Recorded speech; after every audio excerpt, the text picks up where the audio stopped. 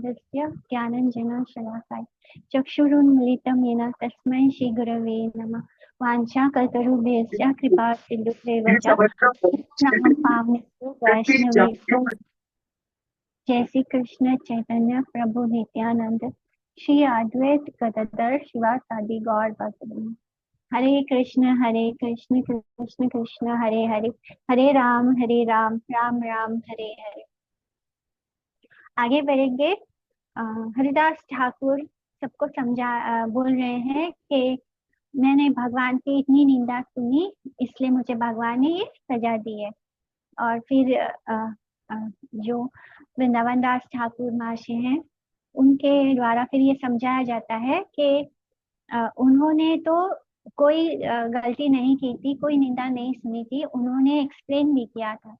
तो लेकिन ये शिक्षा, ये बात किसके लिए बोली जा रही है? सहजीय संप्रदाय के लिए, जो लोग भगवान की निंदा सुनते हैं लेकिन क्या बोलते हैं कि जैसे हरिदास ठाकुर ने सहन किया वैसे हम सहन कर रहे हैं। तो ऐसा करके वो अपराध करते हैं। जब उनके सामने भगवान की निंदा की जाती है, हरिनाम की निंदा कर, वो स्वयं तो हरिनाम करते भी नहीं है इतना, और हरिनाम के कारण उनको जो अपराध लगता है उसके बारे में हम कल सुन रहे थे। तो महाभागवत परमहंस वैष्णव स्वयं निंदा आदि शून्य हृदय होते हैं। तो जो परम वैष्णव होते हैं, उनके हृदय में ना तो वो किसी की स्तुति में अपना समय बर्बाद करते हैं, ना किसी की निंदा में, क्योंकि वो पूरी तरह कृष्णमय होते हैं। तो ऐसे लोग, उनको इस संसार से कोई लेना देना नहीं होता, उनके साथ कुछ भी कर लिया जाए उनको कुछ फर्क नहीं पड़ता। वो सिर्फ भगवान के ध्यान में होते हैं, वो हर समय भगवान के पास। और जैसे हम बोलते हैं ना, नित्य लीला प्रविष्ट, तो वो हमेशा नित्य लीला में ही होते हैं। अतः कृष्णेतर प्रतीति जनित अतः कृष्णेतर प्रतीति जनित दूसरों की निंदा, प्रशंसा, प्रजल्प, चर्चा आदि जड़ भ्राम्य दृष्टि उनकी नहीं रहती। यानी दूसरों की निंदा या स्तुति, ना वो किसी की तारीफ करने में अपना समय बर्बाद करते हैं, ना किसी की निंदा करने में। इसको, निंदा और प्रशंसा को प्रजल्प कहते हैं। यानी वो चर्चा जिसमें कृष्ण नहीं होते। जब हम बाहर के लोगों के साथ कोई भी बातें इधर उधर की बात करते हैं, किसी की निंदा करते हैं, किसी की तारीफ करते हैं, ऐसी बातें जो कृष्ण से नहीं जुड़ी हुई होती हैं, उन बातों को प्रजल्प कहा जाता है। तो जितना हो सके हमें प्रजल्प से दूर रहना है। हमारा समय कृष्ण के लिए है और ये समय बहुत कीमती है। अभी जैसे वो प्लेन एक्सीडेंट में हमने देखा, लोगों को पता ही नहीं था कि वो मरने वाले हैं, तो मृत्यु कब आएगी कुछ पता नहीं। इसलिए समय को इधर उधर बेकार की चीजों में नहीं लगाना, क्योंकि ये जब हम बेकार की बातें करते हैं, बिना जिसका टॉपिक कृष्ण नहीं होता, उसको प्रजल्प कहा जाता है। तो we should not get into प्रजल्प। जो प्राकृत सहजिया होते हैं, जो मटेरियलिस्ट, जो सहजिया होते हैं, जो दिखाते हैं कि वो भक्त हैं, वो मटेरियलिस्टिक जैसे जो सहजिया है, उस प्रकार की उच्च अवस्था को प्राप्त नहीं होते। यानी वो लोग कभी भी परमहंस के लेवल पर नहीं पहुंच सकते। अतः उनकी अनुकरण चेष्टा उनके पक्ष में घृणित कपटाचरण रूप में ही पर्यावसित होती है, इसलिए उनका दुख भोग अनिवार्य है। तो ये जो प्रकृत सहजिया होते हैं, ये कभी भी परमहंस के लेवल पर नहीं पहुंच सकते। ये लोग भले ही ऐसे दिखाते हैं, वो एक्टिंग करेंगे जैसे कि वो बड़े भक्त हैं, उनको रोना आ रहा है, वो जो प्रेम के विकार है उसका प्रदर्शन करेंगे, किंतु वो कभी भी एक्चुअल में, रियलिटी में वो कभी भी परमहंस के लेवल पर नहीं पहुंचते। जिसके कारण वो मटेरियल लेवल पर होने के कारण वो जो कर रहे हैं वो कपट है, यानी वो दिखावा कर रहे हैं। तो ऐसे लोगों का आचरण को कपट आचरण कहा गया है। तो ऐसे लोगों को अपने कर्मों का फल भोगना ही होगा। यह बात कपटी प्राकृत सहजिया संप्रदाय को बताने के लिए ही हरिदास ठाकुर ने साधारण जनोचित कर्म फलवाद का आह्वान किया है। तो इस श्लोक में उन्होंने कहा ना कि भगवान मुझे मेरे कर्मों का फल दे रहे हैं। तो ये संकेत किसके लिए है? उन सहजिया संप्रदायों के लिए, जो भगवान की निंदा सुनते हैं, जो ऐसे दिखाते हैं कि हम तो भक्त हैं लेकिन एक्चुअली में भक्त नहीं होते, ना ही वो नाम जप इतना करते हैं। तो ऐसे लोगों को लोग कभी भी भगवान के लिए माने उस परमहंस के लेवल पर नहीं पहुंच सकते। और क्योंकि वो मटेरियलिस्टिक होते हैं, वो झूठ बोलते हैं, लोगों के सामने दिखावा करते हैं, तो ऑब्वियसली उनको उनके कर्मों का फल जरूर भोगना होगा। प्राकृत सहजिया कर्म फल के अधीन रहते हैं, किंतु हरि नाम उच्चारणकारी मुक्त कुल शिरोमणि श्री हरिदास ठाकुर कर्म फलाधीन नहीं है। यानी जो हरिदास ठाकुर जी हैं, जो हरि नाम का हर समय, जिनकी जीवा पर हरि नाम नाचता है, जिनकी जीवा पर कृष्ण नाचते हैं, तो ऐसी जीवा पर जिस पर कृष्ण नाच रहे हैं, वो व्यक्ति कभी भी कर्मों के अधीन हो ही नहीं सकता, वो कर्मों के अधीन नहीं है। यानी कि उनको कोई कर्मों का फल ना तो अच्छा ना बुरा, वो कर्म फल से ऊपर है। और लेकिन ये जो सहजिया होते हैं, ये कर्म फलों के अधीन होते हैं। यानी वो जो भी कर्म करेंगे, जैसे हम सभी लोग, हम जो भी कर्म करेंगे उसका फल हमें भोगना होता है, लेकिन जब हम हरि नाम कर रहे होते हैं तो वो हमें उससे मुक्त करता है। यानी जब आप 16 माला करना शुरू कर देते हैं हरि नाम के, और उस 16 माला में भी आप बहुत शुद्ध नाम लेते हैं, तो आपको कर्म फल से आप मुक्त हो जाते हैं। इसी तरह हरिदास ठाकुर, जो कि ऐसा एक भी क्षण नहीं बीता होगा जब वो उनके मुख पर कृष्ण नाम नहीं होगा, तो ऐसा व्यक्ति कभी भी कर्म फल के अधीन नहीं होता। ये बात श्रीला रूप गोस्वामी पाद ने श्री नाम अष्टक के 4th श्लोक में बताया है। उन्होंने लिखा है कि यद ब्रह्म साक्षात प्रीति निष्ठ यापी विनाश मायाति बिना न भोगे अपेतु नाम स्फुरनेन तते प्रारब्ध कर्मीति विरोति वेदा। तो उन्होंने बताया कि प्रारब्ध कैसे भोगना होता है, अर्थात ब्रह्म की साक्षात्कार निष्ठा द्वारा भी बिना भोगे प्रारब्ध कर्म कभी विनिष्ट नहीं होता। यानी किसी को ब्रह्म का साक्षात्कार भी क्यों ना हो जाए, तब भी उसको प्रारब्ध कर्म भोगना ही होता है। प्रारब्ध कर्म बिना भोगे कभी भी खत्म नहीं होता। किंतु हे नाथ, जीवा के अग्रभाग में आपके श्री नाम की स्फूर्ति मात्र से ही, नाम आभास से ही वे प्रारब्ध कर्म समूल विनष्ट हो जाते हैं, ऐसा वेद अति उच्च स्वर से कीर्तन करते हैं। यानी अगर आप मेडिटेशन करते हैं, आपको ब्रह्म साक्षात्कार भी हो जाए, तब भी आपको जो जो आपका प्रारब्ध कर्म, जो कर्म आपको भोगने के लिए ये देह प्राप्त होता है, यानी जिस पल आपका जन्म होता है, वहां से प्रारब्ध शुरू हो जाता है। उस प्रारब्ध के कारण ही आप जैसे दिखते हैं, आप जैसे, आपको जो माता पिता मिले हैं, आपको जिस प्रदेश में जन्म मिला है, जिस घर में जन्म मिला है, आप जो हम माने हम सब जो कुछ भी होते हैं, वो सब कुछ हमारा प्रारब्ध कर्म डिसाइड करता है। प्रारब्ध के कारण या तो हम सुंदर हो सकते हैं, या फिर हम बहुत बदसूरत हो सकते हैं। प्रारब्ध के कारण हमें जन्म के समय ही कोई रोग हो जाएगा, हम विकलांग हो सकते हैं, या तो हम बहुत अच्छे हेल्दी हो सकते हैं। तो कुछ कुछ ऑटिस्टिक हो जाते हैं बच्चे, जन्म से ही ऑटिस्टिक होने के कारण उनको कुछ भास नहीं होता, वो खाना पीना भी नहीं जानते ठीक से। तो ये सब कुछ जो होता है, ये हमारे ही कर्मों का फल होता है, जो एक प्रारब्ध रूप में हमें भोगने के लिए दिया जाता है। जो भी हमारा नेक्स्ट जन्म होता है, उसके लिए एक प्रारब्ध का माने एक पैक्ट होता है। प्रारब्ध हमारा, हमने इतना ये कर्म हमें दिया गया है, यानी ये अब फल फल हो गया है, अब इसको हमें भोगना है। तो जैसे ही नेक्स्ट बॉडी हमारा, वो सब कुछ डिसाइड हो जाता है वो प्रारब्ध कर्म के कारण।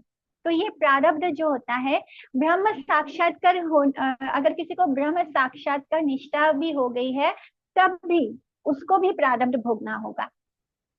यानी वो व्यक्ति भी बिना प्रारब्ध भोगे उसका प्रारब्ध नष्ट नहीं होगा। लेकिन जीवा के अग्रभाग में, यानी बस नाम बोलने की कोशिश करने में, नाम आभास में ही, श्री नाम यानी भगवान कृष्ण का जो नाम आभास है, नाम आभास किसने लिया था? अजामिल ने। अजामिल ने अपने पुत्रों को बुलाया था नारायण बोलकर। तो उसने नाम कृष्ण को नहीं बुलाया था, भगवान को नहीं बुलाया था, उसने अपने पुत्र को बुलाया था। लेकिन उसने जो नारायण बोला था, उस नारायण में कोई अपराध नहीं था। उसने दिल से, दुख में, और बहुत ही कातर होकर, बहुत ही माने असहाय महसूस करके उस वक्त उसने नारायण पुकारा था। तो वो नाम आभास था, यानी उसने प्रॉपर शुद्ध नाम नहीं लिया था, वो नाम का आभास था, अपने बेटे को बुलाया था नारायण बोल के। तब भी जब हम नाम आभास भी लेते हैं, भगवान का नाम हम बिना किसी छल के भगवान का नाम लेते हैं, नाम आभास भी होता है, तब भी उसी पल से प्रारब्ध कर्म हमेशा के लिए खत्म हो जाते हैं। तो ऐसा ही वेद अति उच्च स्वर में कीर्तन करते हैं। तो ये शिला रूप गोस्वामी पाद ने अपने श्री नाम अष्टक में बताया है, उनके नाम अष्टक के 4th श्लोक में, कि भगवान का नाम बोलने से नाम अपराध नहीं होना चाहिए, नाम होना चाहिए। नाम आभास से ही वो प्रारब्ध कर्म नष्ट होना शुरू हो जाता है। इसलिए हम बोलते हैं कि चैंटिंग कीजिए, चैंटिंग कीजिए, क्योंकि ऐसे बहुत सारे कर्मों का फल है जो हम भोगेंगे तो हम भोग नहीं पाएंगे, इतना दुख आएगा हमारे जीवन में। तो ये जो हम हरि नाम कर रहे हैं, इससे हम अपने पीछे के सारे कर्मों को खत्म कर रहे हैं। इससे सिर्फ वो सब नहीं खत्म होता, इससे हमारा प्रारब्ध भी चेंज हो जाता है। इसको भी हम बदल सकते हैं भगवान कृष्ण के नाम से। तो इस यही लिखा है कि जब जीवा के अग्रभाग में, जब जीभ के टिप पर भी भगवान का नाम आ जाता है, तो हमारा उस नाम आभास से भी हमारा प्रारब्ध कर्म समूल नष्ट हो जाता है। भार हैला इथे बड़ा पाइलू संतोष, अल्प शास्ति करी मिले न बड़ा दोष। तो अच्छा हुआ, इससे मुझको बहुत ही संतोष हुआ है कि थोड़ा सा दंड देकर प्रभु ने मेरा बहुत बड़ा दोष क्षमा कर दिया है। तो हरिदास ठाकुर बोल रहे हैं कि जो हुआ बहुत अच्छा हुआ, इससे मुझे बहुत ही शांति मिली है। क्यों संतोष मिला है? क्यों? क्योंकि भगवान ने मुझे बहुत थोड़ा सा दंड दिया। मैंने तो इतना बड़ा अपराध किया, भगवान का की निंदा को इतना सुना, तब भी भगवान ने मुझे थोड़ा सा दंड दिया और मेरा सारा दोष को क्षमा कर दिया। तो विष्णु वैष्णु निंदा सुन करके जो मूढ़मती लोग तरुण अपि सहिष्णु श्लोक की प्राकृत तात्पर्य शिक्षा के विरुद्ध कपट मयकृति मुदता या सहिष्णुता की छलना से अपने को उन्नत और उदार चरित्र रूप में प्रस्तुत करते हुए बहादुरी दिखाते हैं, प्राकृत प्रस्ताव के अनुसार उनके इस कृत्य को महाअपराध के रूप में जानना होगा। यानी ऐसे बहुत सारे लोग हैं जो जो भगवान की निंदा चुपचाप सुनते जाते हैं, उनमें कुछ हिम्मत नहीं होती है कि वो खड़े होकर भगवान के लिए बोल सके। और वो इसको किस आचरण में सहन करते हैं कि हम तो जैसे तरोर अपि सहिष्णुना, माने हम तो पेड़ की तरह सहन शक्ति है हमारे अंदर। माने हम कितना बड़ा काम कर रहे हैं कि हमारे सामने इतनी निंदा हो रही है, तब भी हम उसको सहन कर रहे हैं। लेकिन कभी भी किसी विष्णु और वैष्णु यानी भगवान कृष्ण और उनके भक्तों की निंदा को नहीं सुनना चाहिए। तो ऐसे मूढ़मती लोग, तो ऐसे लोगों को मूढ़ कहा गया है, यानी मंद बुद्धि लोग, जो ऐसे दिखाते हैं कि वो बड़े सहिष्णु हैं, वो बहुत सहन शक्ति है उनके अंदर, तो उसकी वो बड़ी बहादुरी दिखाते हैं। तो ऐसे लोगों को महाअपराध लगेगा और उनको उस कृत्य का बहुत ही बुरा फल भोगना होगा। उस प्रकार के महाअपराध के रूप में जानना होगा। उस प्रकार के महाअपराध को उस अल्प ज्ञान से अपनी जड़ प्रतिष्ठा संग्रह चेष्टा रूप इंद्रिय तर्पण को हरि भजन का अभिनय नहीं जानना चाहिए। मैंने यहाँ पर ये बात बहुत नेचुरल, अगर आप किसी को बहुत प्रेम करेंगे तो आप उसकी निंदा किसी भी हालत में नहीं सुन सकते और ना ही उसको सुनकर सहन कर सकते हैं। तो जहाँ प्रेम होगा वहां उस प्रेमी की निंदा को हम नहीं सुन सकते। तो अगर हम सच में भगवान का हरि नाम करते हैं और सच में भगवान के लिए हमें प्रेम है, तो हम भगवान का के बारे में कुछ भी गलत बात नहीं सुन पाएंगे और वो सुनना भी नहीं चाहिए। लेकिन कुछ लोग ऐसे होते हैं जो दिखाते हैं कि हम बहुत, हमारे अंदर बहुत सहन शक्ति है और उनके सामने भगवान के बारे में बहुत कुछ बोला जाता है, और सिर्फ भगवान नहीं उनके भक्तों के बारे में भी बोला जाता है। तो ये क्या है? ये सिर्फ दिखावा मात्र है। इसमें इस ऐसे लोगों को हम भक्त नहीं बोल सकते। यानी ये अपने इंद्रियों को इंद्रिय तृप्ति के लिए ही वो ऐसी चेष्टा करते हैं और हरि भजन का अभिनय करते हैं और दिखाते हैं कि हम भक्त हैं। इसलिए जगत गुरु ठाकुर हरिदास कपटपूर्ण दैन्य अभिनय की स्तुति करने वाले मूर्ख प्राकृत सहजिया जनों के महादोष को लक्ष्य करके जगत में लोक शिक्षा के निमित्त दीनता से कह रहे हैं।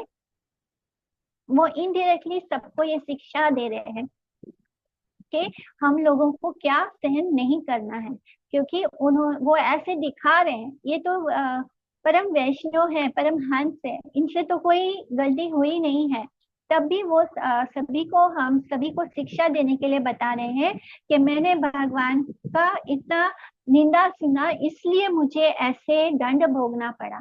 तो ये ही बात हम सभी के लिए है कि हमें हरि गुरु वैष्णव की निंदा का श्रवण करने वाले महाअपराधी मैंने जब वो अपने आप को बोल रहे हैं कि महाअपराधी मैंने जब इस प्रकार के अपराध को बिना संकोच के सुनकर भी प्रतिकार नहीं किया, तब मेरे लिए हरि गुरु वैष्णव अधिकतर दंड का विधान करने से ही यथोचित दंड विधि प्रदर्शित होती।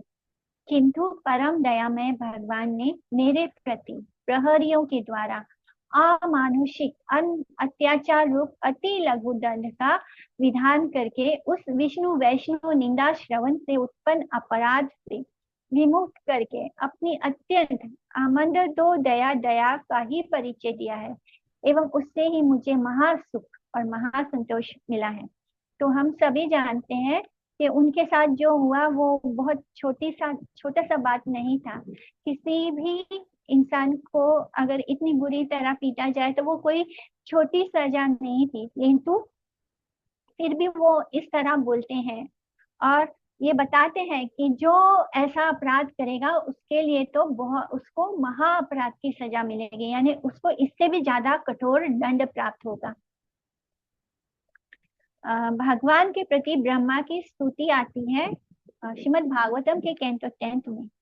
तत्ते नु अनुकंपाम सुसमीक्षा मनोगुंजान एवात्मम कृतम विपाकान हृद वाग वपुर भेद विद धन नमस्ते जीवते यो मुक्ति पदे सा दाया भाग। तो इस श्लोक का अर्थ और तात्पर्य विकृत और विपर्यस्त करने की चेष्टा से मैं जो प्रतिकार्थी नहीं हुआ वही मेरे महादोष का विषय हुआ था।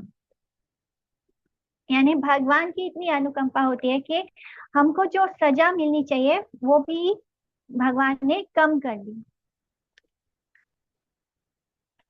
स्वयं पुण्य पाप से अतीत मुक्त महाभागवत होकर भी अपने को यम दंड मर्त जीव समझकर अभागे जीवों की विष्णु निंदा सुनने से उत्पन्न महापाप के फल से कुंभी पाक नरक की प्राप्ति का वर्णन। यानी जो ऐसा पाप सुनता है उसको कुंभी पाक नरक जाना पड़ता है। कुंभी पाक हया विष्णु निंदन श्रवणे ताहा आमी विस्तरासु नीलु पाप करने। तो श्री विष्णु को की निंदा श्रवण करने से कुंभी पाक नरक भोगना पड़ता है। उस विष्णु निंदा को मैंने इन पापी कानों से बहुत सुना था। शास्त्रों में लिखा है कि भगवान की निंदा श्रवण करके जो पाषांडी उसके प्रतिकार का इच्छुक नहीं होता, यानी जो भगवान की निंदा सुनता है लेकिन उसके अगेंस्ट कुछ बोलता भी नहीं है, जीवितोर उत्तर काल में उसको महायंत्रणा में कुंभी पाक नरक की प्राप्ति होती है। तो कुंभी पाक नरक का है जो जिसमें गरम गरम तेल में फ्राई कर दिया जाता है, तो उसी को बोलते हैं कुंभी पाक नरक। तो जो व्यक्ति भगवान और उनके भक्तों की निंदा सुनता है उनको कुंभी पाक नरक जाना पड़ता है अंत काल में। असम्यक अजितेंद्रिय व्यक्ति द्वारा धर्म संरक्षक प्रभु के प्रति निंदा उक्ति क्षेपण करना आरंभ करने पर यदि स्वयं मरने या उसको मारने में समर्थ ना हो तब अपने दोनों कानों को बंद करके प्रभु भक्त का उस स्थान से निर्गमन या प्रस्थान करना ही कर्तव्य है। और यदि समर्थ हो तो उन असाधुओं की अकल्याणवादिनी जीवा को बलपूर्वक छेदन करना ही कर्तव्य है। यही प्रभु का एकमात्र धर्म है। तो क्या धर्म है? अगर कोई व्यक्ति भगवान की निंदा करता है या उनके भक्तों की निंदा करता है या आरंभ बोलना आरंभ करता है तो क्या करना चाहिए, या तो खुद मर जाओ या तो उसको मार दो। अगर ये भी नहीं पॉसिबल है तो अपने दोनों कानों को बंद कर लो, और उस स्थान को, जिस स्थान पर वो व्यक्ति खड़ा है होकर ये सब गलत बातें कर रहा है, उस स्थान को छोड़ दो, यानी उसको सुनो मत। वो निंदा कर रहा है, भगवान की निंदा कर रहा है, भक्त की निंदा कर रहा है, तो दोनों कान बंद कर लो और उस जगह से प्रस्थान कर लो। यही कर्तव्य होता है। और यदि आप सामर्थ्य हैं और आपके अंदर इतना बल है, तो उसके जो जीव है उसको काट दो। यही कर्तव्य होता है एक प्रभु भक्त का, यही एकमात्र धर्म होता है। तो हम ये सब तो नहीं कर सकते, लेकिन कम से कम हम उस स्थान को छोड़कर चले जाना चाहिए। उस स्थान पर खड़े होकर भगवान की निंदा, भगवान के भक्त की निंदा को कभी भी नहीं सुनना चाहिए। विष्णु वैष्णव की निंदा को श्रवण करने से महान दोष कहा गया है। निंदां भागवता शृण्वन् तत्पर्यस्य जनस्य वा ततो नापेति या सोऽपि यात्याधा सुकृति अच्युता इति रचनात् ततो अपगम गमश्चा समर्थस्य एवं समर्थेन्तु निंदक जीवा अवश्यमेव छेतव्या तत्र अप्यसमर्थेन स्वप्राण परित्यागो अपि कर्तव्य। अर्थात श्री विष्णु और वैष्णव की निंदा श्रवण करने से महादोष कथित हुआ है। यथा भगवान या भागवत सेवन परायण भक्त की निंदा सुनकर जो व्यक्ति उस स्थान से प्रस्थान नहीं करता, उस स्थान को नहीं छोड़कर जाता, निश्चय ही उसकी सुकृति से विच्युति विच्युति और अधोगति होती है, यानी उसकी सारी सुकृति खत्म हो जाती है, नष्ट हो जाती है, और उसका अधोगति होता है, यानी वो ऊपर नहीं जाता, वो और नीचे चला जाता है, लोअर लोअर प्लैनेटरी सिस्टम में। असमर्थ व्यक्ति के पक्ष में ही उस स्थान से प्रस्थान करना विहित है। बिना सुकृति के कृष्ण अपने भक्तों से नहीं मिलाएंगे हमें। और जिसके पास सुकृति ही पूरी तरह नष्ट हो जाए, खत्म हो जाए, जिसको अपराध लग जाए, तो उसका बहुत कठिन है दोबारा मनुष्य देह को प्राप्त करना। या फिर जब मनुष्य देह ही प्राप्त नहीं होगा तो दोबारा कितना लॉन्ग जर्नी उसको क्रॉस करना होगा। या फिर भगवान क्या करते हैं, उसको बार बार ऐसे लोअर बर्थ देते हैं जिससे कि उसका मुक्त होने का सारा रास्ता हमेशा के लिए बंद हो जाए। तो व्यक्ति के पक्ष में ही उस स्थान से प्रस्थान करना विहित है, यानी उस स्थान को छोड़ देना ही विहित होता है।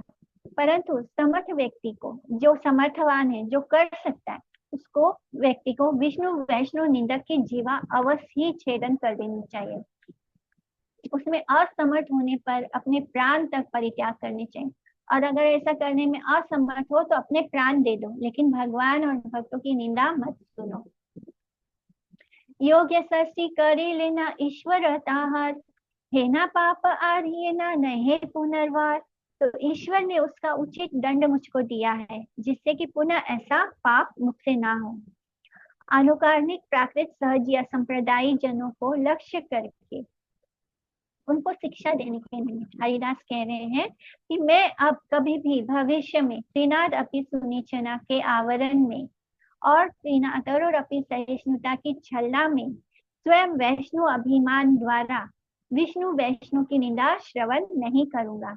यानी ये जो त्रिनाद अपि सुनीचेना है, तरोर अपि सहिष्णुना, यानी एक ट्विन से भी ज्यादा विनम्र होना चाहिए भक्त को, और एक पेड़ से भी ज्यादा सहिष्णुता होनी चाहिए।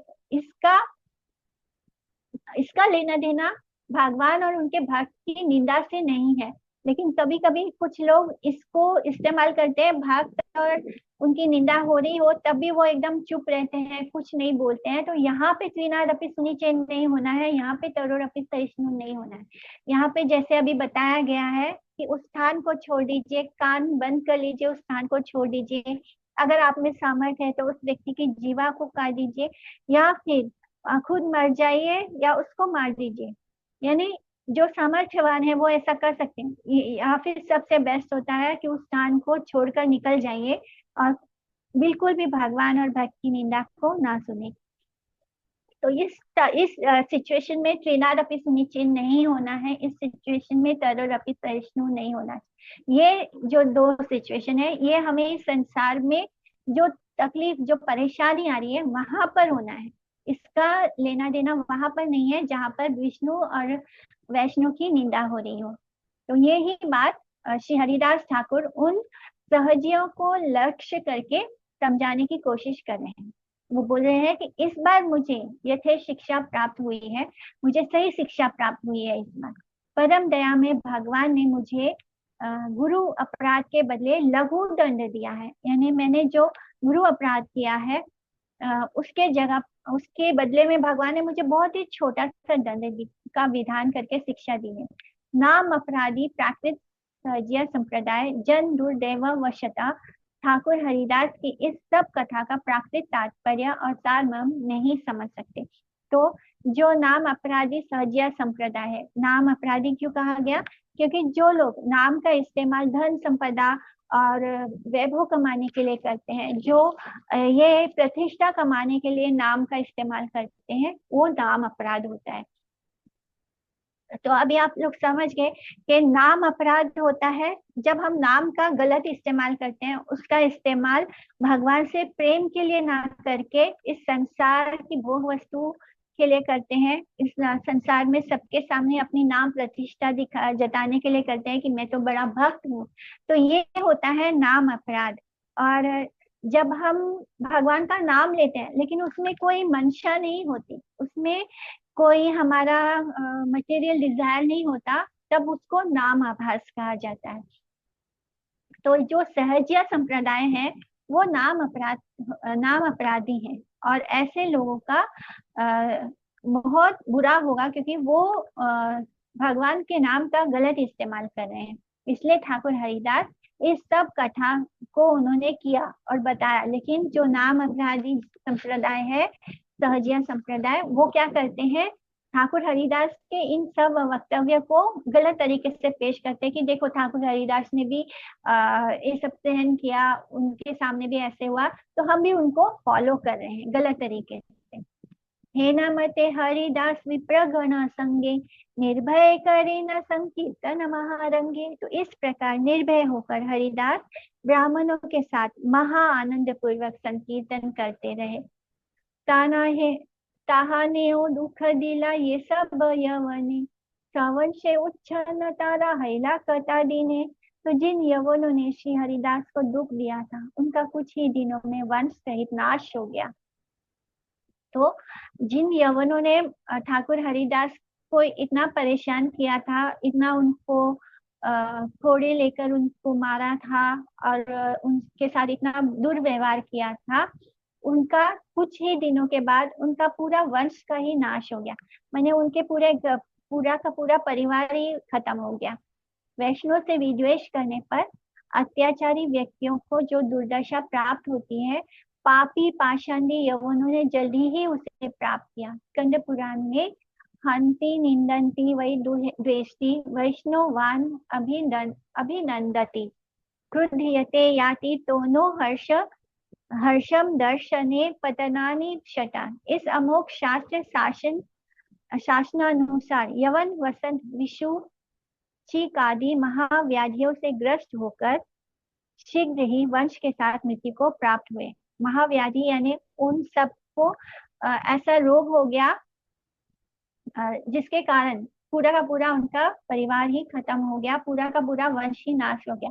तो जैसे पहले कुछ ना कुछ ऐसी बीमारी फैल जाती थी जिसके कारण सभी घर के सभी सदस्य एक दूसरे से इन्फेक्ट होकर, जैसे वायरस कैसे, ये हमारा कोरोना कैसे फैला था, कोविड, उसी तरह ऐसा कोई ना कोई व्याधि होने के कारण वो सारे के सारे लोग, उनके पूरा का पूरा परिवार नष्ट हो गया, खत्म हो गया।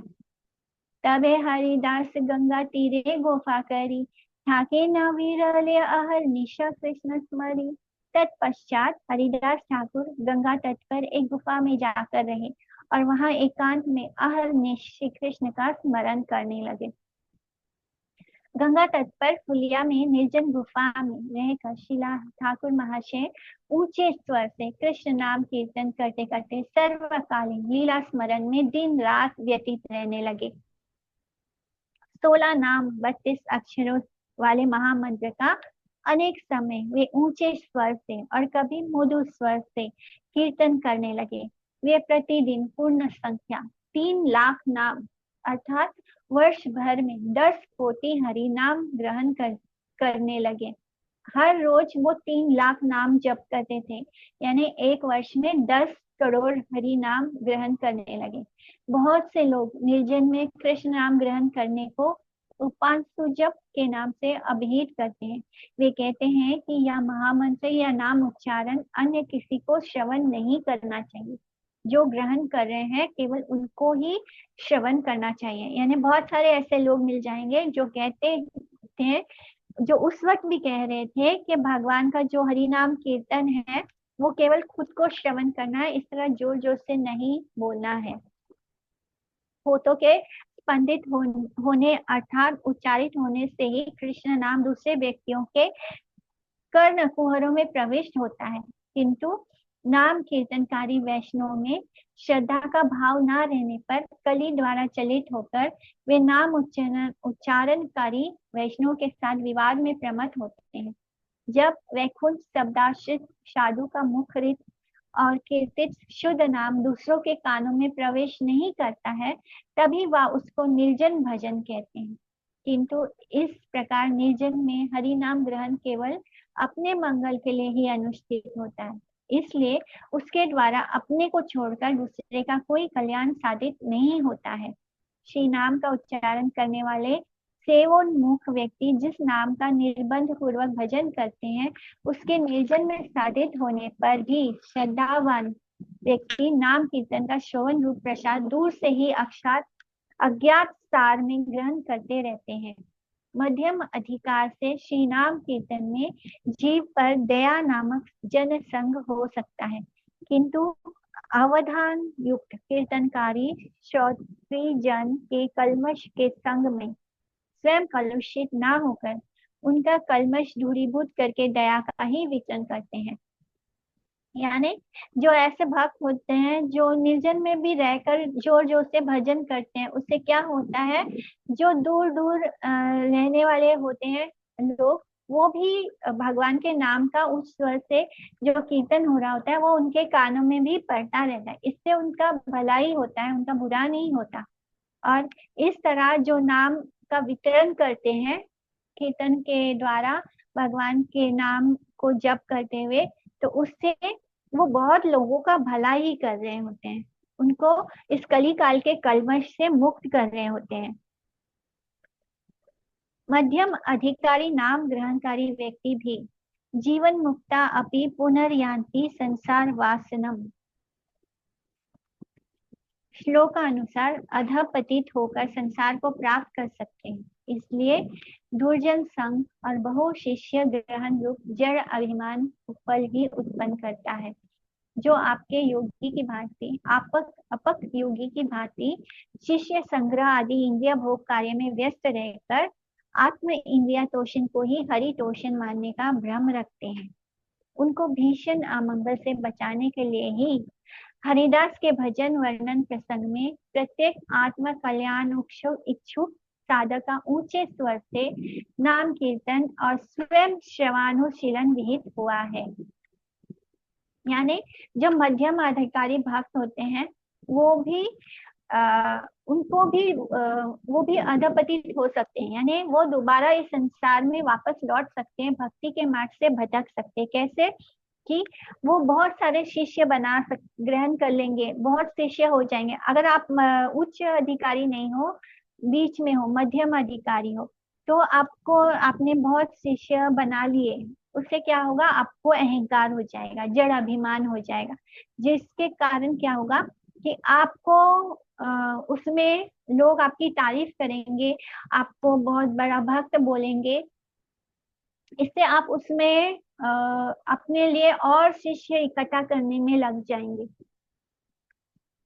इसको भी इंद्रिय भोग कार्य कहा गया है, जिससे कि ऐसे लोगों को भी क्या करना चाहिए, उच्च स्वर में हरि नाम करना चाहिए। इससे क्या होता है कि आत्म कल्याण होता है। जब हम हरि नाम बोलते हैं तो हम उसको बोलते भी हैं और उसको सुनते भी हैं, तो हम स्वयं उसके कारण श्रवण कर रहे होते हैं हरि नाम। तो इससे हमारे अंदर की जो गंदगी है, जो हमारा कंडीशनिंग है, वो खत्म होता है, जिससे कि हम भगवान के प्रेम को प्राप्त कर सकते हैं। शिन्वता श्रद्धया नित्यम गुणतश्च स्वचेष्टितम नीति दीर्घेन कालेन भगवान विशिष्टे हृदय। इस भागवतम के कैंटो 2 के श्लोक के तात्पर्य अनुसार जगत गुरु वैष्णव आचार्य मुक्त कुल श्रेष्ठ ठाकुर महाशय ने नामी कृष्ण के साथ नाम रूप गुण परिकर वैशिष्ट और लीला की अभेद बुद्धि से स्वयं कृष्ण नाम के कीर्तन श्रवण की कृष्ण लिखी लीला के स्मरण द्वारा लोक शिक्षा दी है। यानी भगवान का नाम और नामी, कृष्ण और भगवान के नाम में कोई अंतर नहीं। और कृष्ण का नाम, उनका रूप, उनका गुण, उनके परिकर, उनके जो एसोसिएट्स हैं और उनकी जो स्पेशलिटी है, वो सब में उनका जो कुछ भी कृष्ण से जुड़ता है, उनमें और कृष्ण में कोई अंतर नहीं है। इसलिए भगवान का जब हम कीर्तन करते हैं तो जो फल हमें भगवान के दर्शन करने से प्राप्त होता है, वही फल हम उनके कीर्तन करके भी प्राप्त कर लेते हैं। तो जो लोग नाम अपराध शून्य सम्मुखरित श्री नाम श्रवण और उच्च कीर्तन का परित्याग करके जड़ इंद्रिया तर्पणार्थ अपने संसार वासनाग्रस्त भोगाकुल अशुद्ध चित्त में लीला स्मरण का कृत्रिम अनुकरण प्रदर्शन करते हैं, उनके इस लीला स्मरण की अनुकरण चेष्टा वस्तुता भागवत सेवा विमुक्ता मूला विषय भोग पिपासा मात्र है। तो इससे हम सबको बचना चाहिए। इसलिए बार बार ये बात बताई जा रही है कि दो तरह से, यानी एक होता है जो दिखता है कि भक्त है, कुछ लोग ऐसे भगवान की लीला में हैं, ऐसा एक्टिंग करते हैं, वो उनको हरि नाम और कीर्तन करने में इंटरेस्ट नहीं होता है, कृष्ण नाम लेने में उनको कोई इंटरेस्ट नहीं होता है, हरे कृष्ण महामंत्र जप करने में उनको इंटरेस्ट नहीं होता है। वो क्या करते हैं, वो ऐसे अपनी वेशभूषा भी बदल लेते हैं और ऐसे दिखाते हैं कि हम तो गोपी हैं और हम हर समय भगवान की लीला में व्यस्त हैं। तो ये जो बाहरी आवरण होता है, ये दिखावा होता है कि हाँ ये भक्त भक्त भक्त मतलब भगवान के पार्षद हैं, या कोई गोपी बन जाता है और खुद को गोपी की तरह प्रेजेंट करने लगता है। ऐसे लोग जो हरि नाम छोड़कर बस ये से दिखाते हैं कि हम तो नित्य लीला में हैं, हम भगवान के साथ गोलोक में हैं, ऐसा वाला जो लीला है, ये लोग क्या है, ये लोगों को ये लोग जो कुछ भी कर रहे हैं वो एक्चुअली में दिखावा होता है, यानी सबके सामने ये साबित करना होता है कि मैं तो कितना श्रेष्ठ भक्त हूँ, मैं कितने ऊंचे लेवल पर हूँ। तो शुद्ध भक्त ऐसा सब नहीं करते हैं। 3 लक्ष नाम दीने करे न ग्रहण गुफा हैला तारिये न वैकुंठ भवन। तो वे प्रतिदिन 3 लाख नाम ग्रहण करते थे, यानी 3 लाख नाम चैंट करते थे। और इसलिए वो जिस गुफा में रह रहे थे, वो गुफा मानो वैकुंठ धाम बन गया था। हरिनाम आचार्य प्रचार कवर शुद्ध सत्व हृदय ठाकुर महाशय जिस गुफा में रहकर ऊंचे स्वर से शब्द ब्रह्म श्री हरि नाम के कीर्तन द्वारा आराधना करने लगे, वह ये दिन गृह भजन देखी गृह ते लोग गोलोक भाई। इस महाजन लिखित वाक्य के अपराकृत नाम स्वरूप नामी कृष्ण की लीला स्थली शुद्ध सत्व वैकुंठ धाम के रूप में प्रतीत हुआ। तो इतना वो उस हरि नाम का ऐसा प्रभाव फैल गया, क्योंकि वो उच्च स्वर में हरि नाम करते थे और उसके कारण वो गुफा जो था वो साक्षात वैकुंठ जैसा प्रतीत हो रहा था। ऐसे